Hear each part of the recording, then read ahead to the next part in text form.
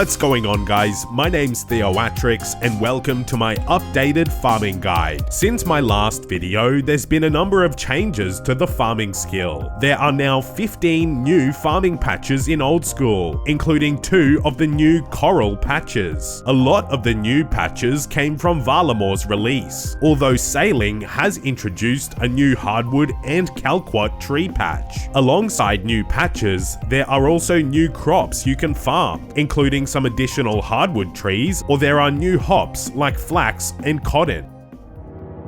Farming is a skill that you can train almost passively to 99. You can spend a few minutes each day doing a farm run and you get a lot of farming experience. So the effective XP rates are quite high, making farming a great skill for those that want a 99 but can't play for long each day. But farming can also be highly profitable, particularly with herb runs, where if done efficiently, you can effectively earn over 3 mil an hour. On an Ironman, farming is an essential part of the game, providing the majority of the resources for the herblore skill. A crucial stepping stone for your account, completing Song of the Elves, is locked behind a farming requirement of 70, and that's actually the highest farming quest requirement in the game, but you need level 91 farming for the Achievement Diary Cape, where you have to dig up 3 roots from a magic tree. You can also get the Tangle Root Farming Pet, which has a chance of appearing every time you grow a crop, and the Tangle Root has 5 variations, which can be activated by using certain seeds on it. Across RuneScape, there are over 70 different farming patches where you can grow crops. Each crop has a growth time ranging from 20 minutes to 107 hours, where trees have the longest growth times, and flowers are the fastest. In OSRS, each crop has several growth phases, and in each growth phase, the crop has a chance of becoming diseased. If it's not cured by the next growth phase, the crop dies. Compost can be used to reduce the chance of your crop becoming diseased, scaling from half the chance with regular compost to 1/10 with Ultracompost. With some patches, it's possible to pay a gardener to protect your patch from disease, and that guarantees that your plant grows.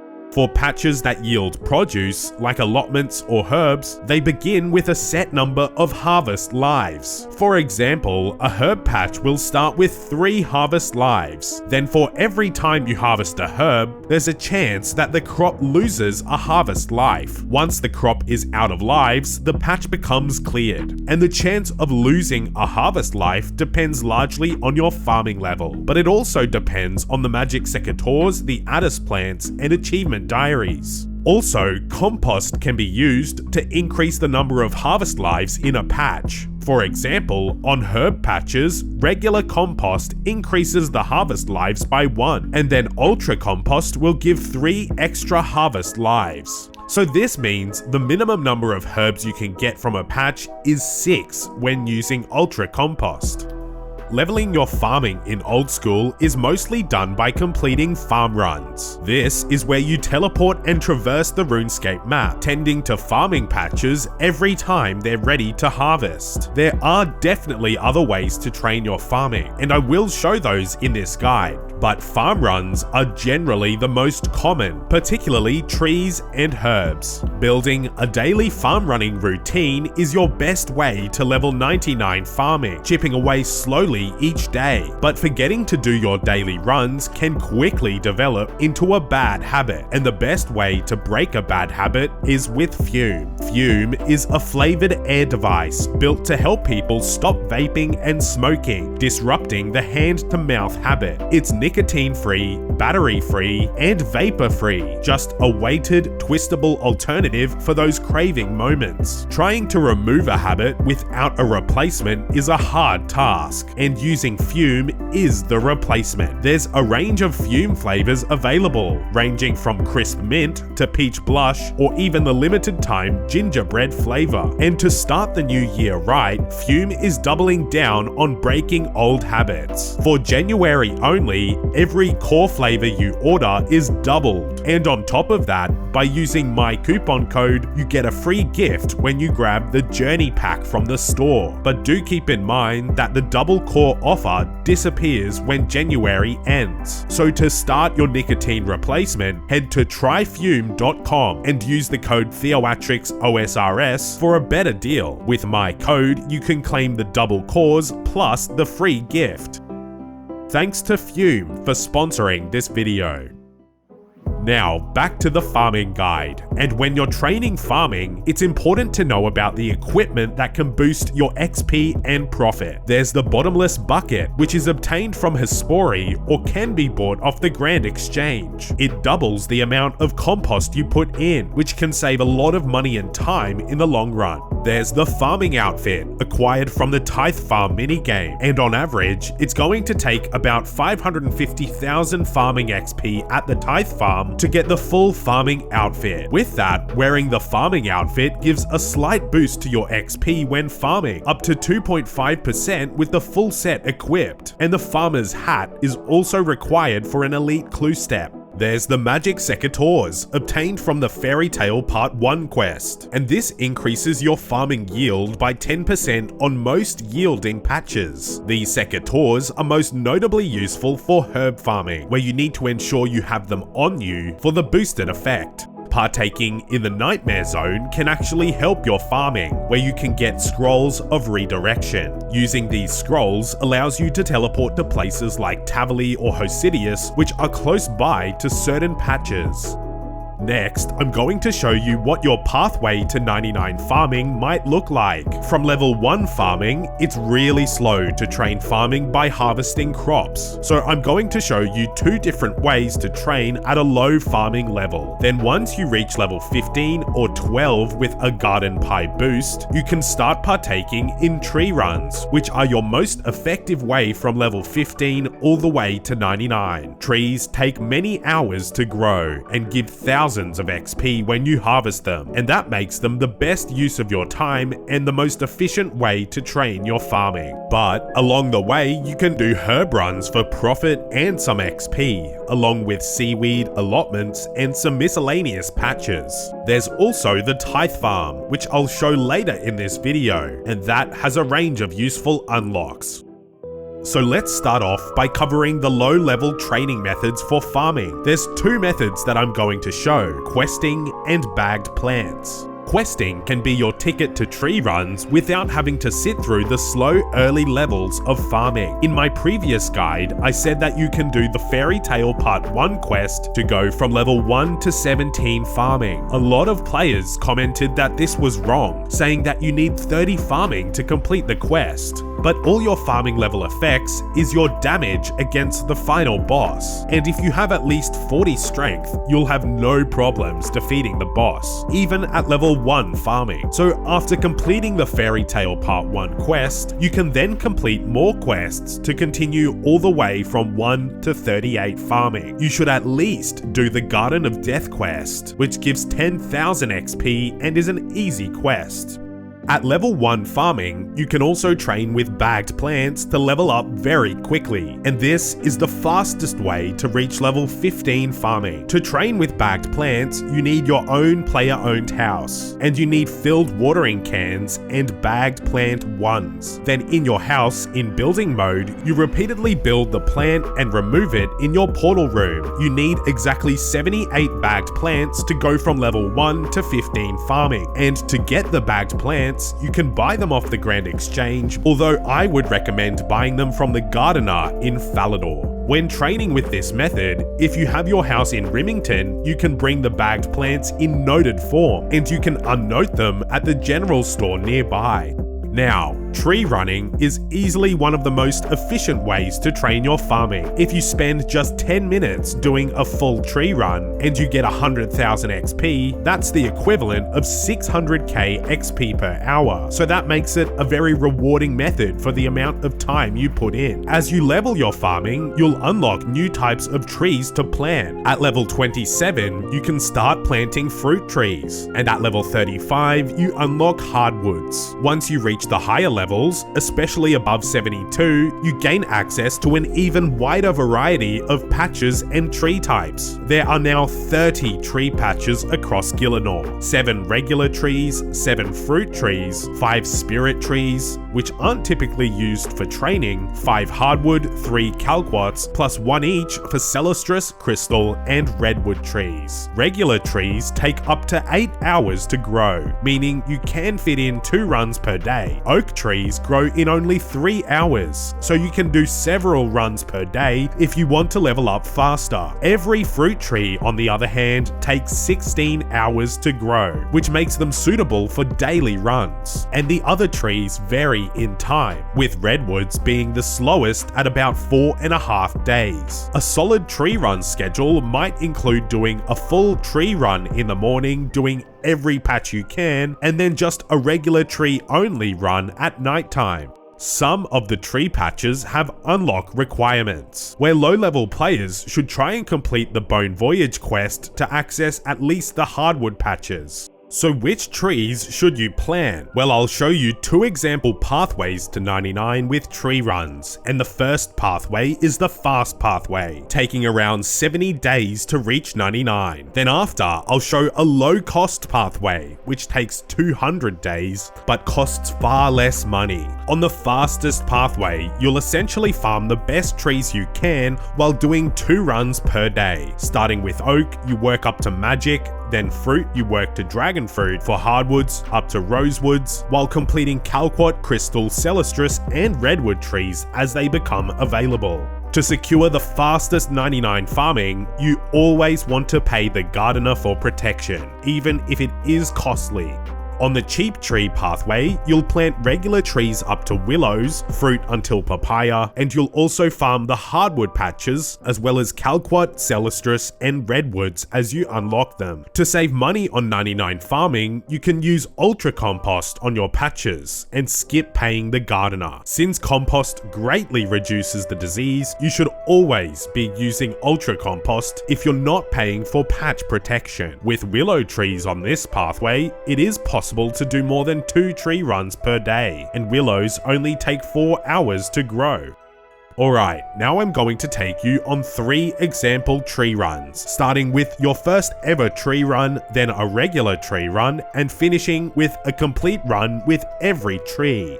As a tree farmer, this will be your inventory, so you're going to need a rake, a spade, and some coins, as well as teleports to all of the patches. You also need the tree saplings, which you can buy directly off the Grand Exchange, and lastly, you'll need the items to pay for protection from the gardener, which can be noted. If you'd like to see what the items are for patch protection, they can be seen in the farming skill menu. Now, at each farming patch, this is what your routine should be. If there's already a tree planted, you should firstly check the tree's health for the farming XP. Then, if it's a fruit tree or has produce, you can click the tree to pick the produce for some more XP. Then, you can go to the nearby leprechaun and use the produce on him to note it. Then you right-click the nearby gardener and select pay, and the gardener chops the tree down. Then you plant your sapling by using it on the empty patch. Then you either pay the gardener for protection, or if you aren't paying for protection, you should definitely use Ultracompost on the patch.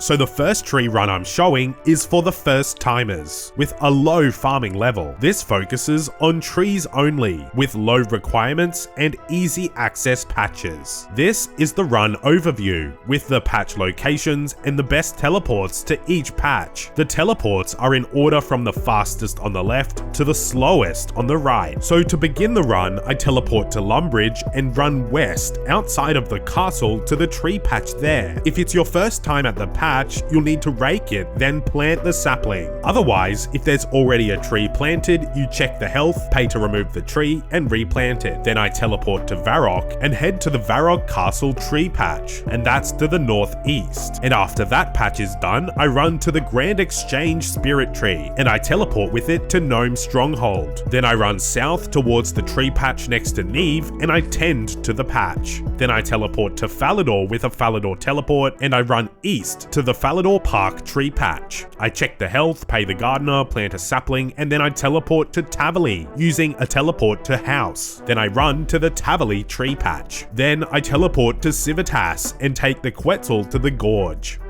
Then you follow the mountain guide to Auburn-Vale, and that takes you to the final tree patch.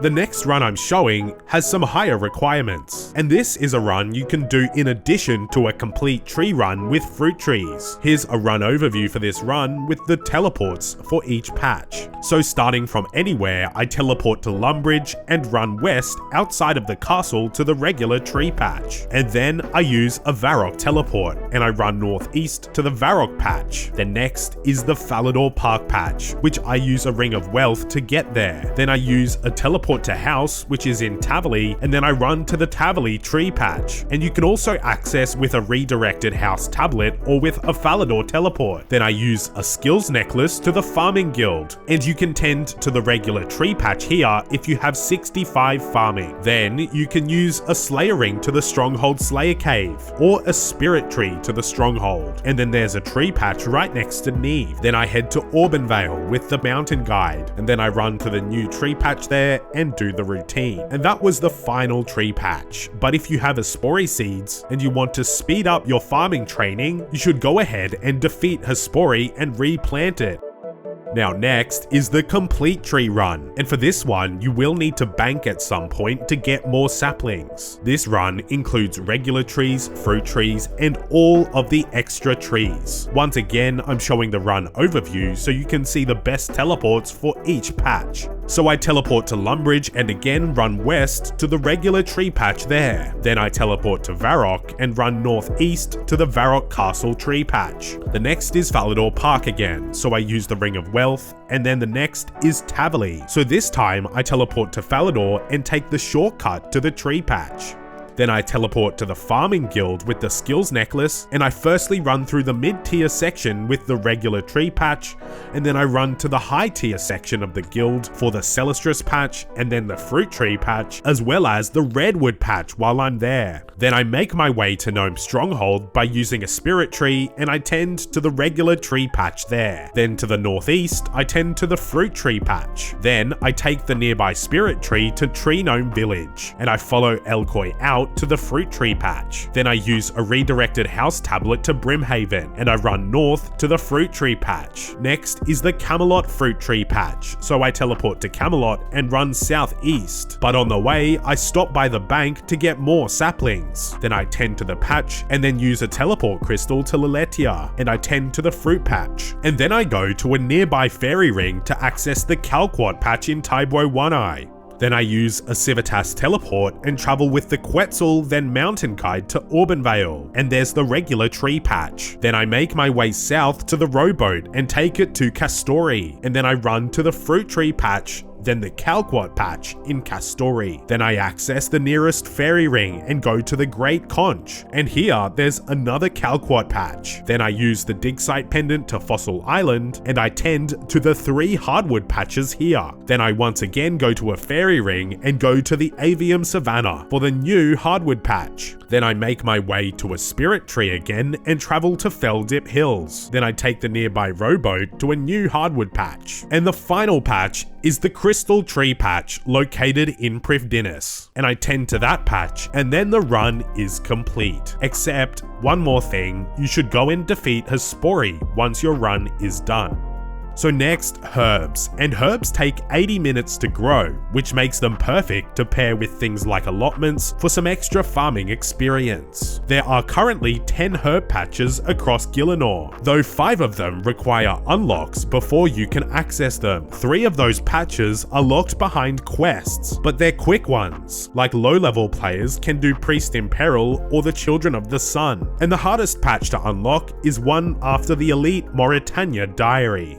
disease-free patches are where your profit really starts to rise. If you've completed the Current and Kandarin diaries, your yield basically increases. Teleport unlocks also make a huge difference. The Explorer's Ring and Arty Cloak 2 are almost essential, offering quick teleports close to patches. And the Ectophile from Ghosts Ahoy is another useful one. And always bring Ultracompost. And this guarantees a minimum of 6 herbs per patch, and significantly reduces the chance of disease. You can buy Ultracompost from the Grand Exchange, or if you're an Ironman, make Super Compost and mix in volcanic ash.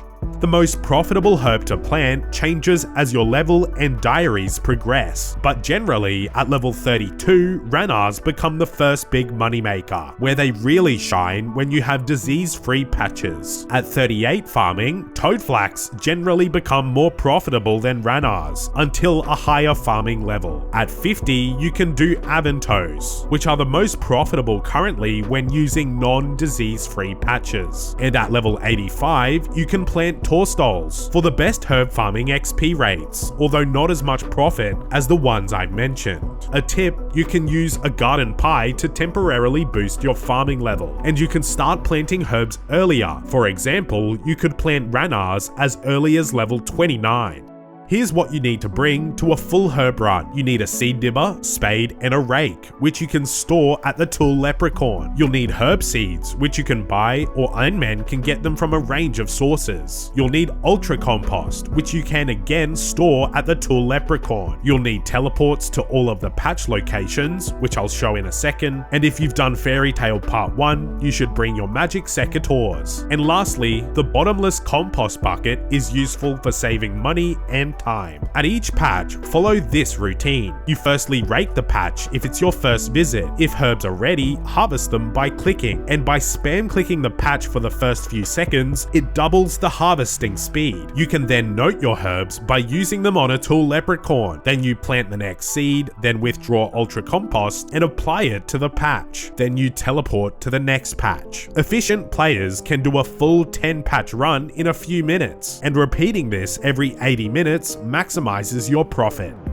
So the first herb run I'm going to show you is a low level run, focusing on patches that have 0 to low requirements, and they're easily accessible. This is the run overview, with the best teleports to each patch, ordered from best to worst from left to right. So starting off, I teleport to Falador and run to the Falador Farm herb patch. Then I teleport to Camelot and run east towards the Catherby herb patch. Then I tele to Arty and run north up towards the farmhouse, and I tend to that patch. Then I teleport to my house in Hosidius and run north to the herb patch. And then I go to Civitas and run to the herb patch there. And the final patch is with the Ectophile teleport, running west to the herb patch. Now, the final run I'm showing is a complete herb run, with every single herb patch. In this run, I'm showing low-level teleports in the walkthrough. So to start off, I teleport to Draenor Village by using a Glory. Then I run to the Falador Farm herb patch. Then I teleport to Catherby and tend to that herb patch there. Then I tele to Arty and run north towards the farming patches. Then next, I teleport to my house, which I've moved to Courant, and nearby is a herb patch. Then I use an Ectophile and run west to the farming patches. Then I use a Civitas teleport and run west until I reach the farm patches there. Then I use Stony Basalt to go to the Trollheim herb patch. And then after the routine, I use Icy Basalt to Weiss. And then next is the Farming Guild, which is accessed easily with the Skills Necklace. So I go into tier 2 of the Farming Guild and tend to the herb patch. And the final one is on Harmony Island. So I use a teleport tablet to get there and tend to the final patch. Ironman may also consider doing seaweed and coral on this run. The final training method I'm showing is the Tithe Farm, found in the southeastern corner of Zaya. There's no longer any favor requirements to partake, although you'll need at least 34 farming to get started. There are 3 seed types you can plant here, ranging from level 34 up to 74 farming, and depending on which one you use, you can expect anywhere from 28k to 110k farming per hour. Most players come here for the rewards rather than the XP. For 250 points, you can get the herb sack, or there's also the seed box for 250 points. And of course, the full farmer's outfit. To make things smoother, it's recommended to bring full graceful and bring humidify from the lunar spellbook. The concept of the Tithe Farm is pretty simple. You plant seeds, water them before they dry out, and don't let anything die. If a plant goes unwatered for too long, it dies. The basic strategy is to plant your seeds in a zigzag formation, like the one shown on the screen. Try to maintain 20 plants at once, but if you're less focused or if you're new, even 16 is fine. Once you get the hang of the timing, you can keep all 20 alive without any issues. It is possible to do 25 at once, and I've linked a video about that in the description below. Overall, the Tithe Farm is a solid method alongside tree and herb runs. If you're going for the fastest 99 farming, mixing tree runs with the Tithe Farm is the fastest XP. For Ironman, the same farming methods apply, but you'll need to gather your own seeds. Pickpocketing master farmers is a great source of regular seeds, while bird's nests from woodcutting and birdhouse runs also give tree seeds. Some slayer tasks also drop a lot of seeds, and farming contracts in the farming guild are probably the most consistent way to get tree seeds long term. The winter Todd can also give some seeds, but not that often. And as an Ironman, it's definitely worth doing the Tithe Farm for the seed box and the herb sack, which are both extremely useful upgrades. Ironman should also add allotments to their herb runs for making prayer potions and super compost, since those patches are usually right next to the herb patches. And don't forget to farm giant seaweed for some crafting XP, and coral for access to the new potions that came with sailing. Anyways, that's my updated level 1 to 99 farming guide. If you learned something today, be sure to leave a like and subscribe to my channel for more RuneScape guides. Be sure to check out Fume at tryfume.com and use my code Theoatrix OSRS for a bonus. Thanks for watching.